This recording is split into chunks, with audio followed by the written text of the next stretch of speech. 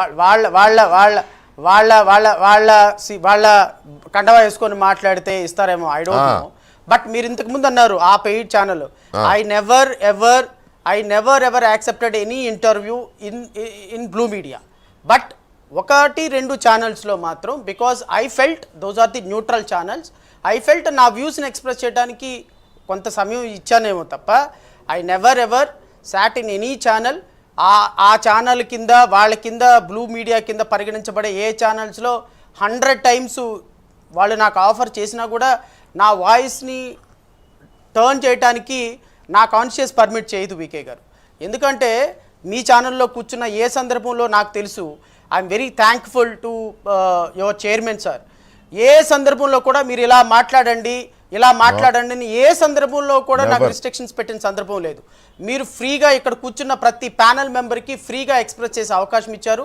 Issue based తోటి ఒక SC మీద దాడి జరిగినప్పుడు, ఒక టీచర్ మీద దాడి జరిగినప్పుడు, ఒక పోలీస్ ఆఫీసర్ మీద దాడి జరిగినప్పుడు, ఒక ఫండమెంటల్ రైట్ వైలేట్ అయినప్పుడు ఆ ఇష్యూ బేస్డ్ తోటి ఐ డోంట్ థింక్ సో నేను కూడా ఈరోజు కూడా వాలంటీర్గా వచ్చానో మీరు పిలిచారనే కాదు, ఒక డిఎస్సి క్యాండిడేట్లుగా 10 లక్షల మంది పిల్లల జీవితాలని నాశనం చేసేటువంటి ఒక కేసు డీల్ చేసిన సందర్భంలో, సక్సీడ్ అయిన సందర్భంలో ప్రజల కోసం, ప్రజా సంక్షేమం కోసం, విద్యార్థుల భవిష్యత్తు కోసం వాయిస్ బయటకు వెళ్ళాలి. కాబట్టి ప్రాబబ్లీ నేను ఈరోజు ఇక్కడ కూర్చొని ఉండొచ్చేమో.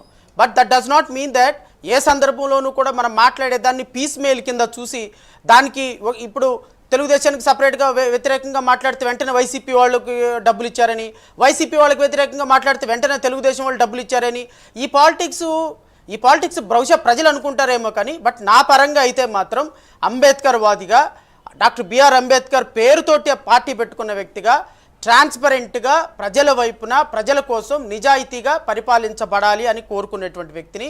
ఏ సందర్భంలోనూ కూడా ఇప్పుడు ప్రజాకంటక ప్రభుత్వం పోవాలని మధ్యాహ్నం కానీ 3 నెలల నుంచి కానీ పోరాడుతున్నాం. ప్రజాకంటక ప్రభుత్వం పోవటం వల్ల ఎవరు వస్తారు? రేపొద్దున తెలుగుదేశం రావచ్చు, జనసేన రావచ్చు, ఇంకొకరు రావచ్చు, లేకపోతే గఫూర్ గారి పార్టీ రావచ్చు, రామకృష్ణ గారి పార్టీ రావచ్చు. ఏ పార్టీ వచ్చినా ఈ రాష్ట్రంలో ప్రజాస్వామ్యాన్ని పరిరక్షించే ప్రభుత్వం మాత్రం రావాలి వికే గారు. That's all. నేను చంద్రబాబు నాయుడు గారు వచ్చినా, ఇంకొకళ్ళు వచ్చినా ప్రజాస్వామ్యాన్ని పరిరక్షించాలి. గతంలో చేసిన తప్పులు మళ్ళీ చేయకూడదు. ఇలాంటి దుర్మార్గుడికి మనం ఏ తప్పులు చేసినా, జగన్మోహన్ రెడ్డి లాంటి దుర్మార్గుడిని మళ్ళీ ఈ రాష్ట్రంలో ముఖ్యమంత్రిగా కూర్చోపెడితే ఒక్క వర్గం కాదు వికే గారు, నేను కొన్ని 100 డిబేట్లో చెప్పిన, ఈ రాష్ట్రంలో కోలుకోలేని ఆర్థికంగా, సామాజికంగా, రాజకీయంగా వ్యవస్థలు, ఇప్పుడు మీరు ఇంతకుముందు వ్యవస్థల గురించి మాట్లాడారు, ఏ వ్యవస్థ కూడా కోలుకోలేని దెబ్బ తింటుంది. కాబట్టే ఈ ప్రభుత్వానికి వ్యతిరేకంగా పోరాడతాం.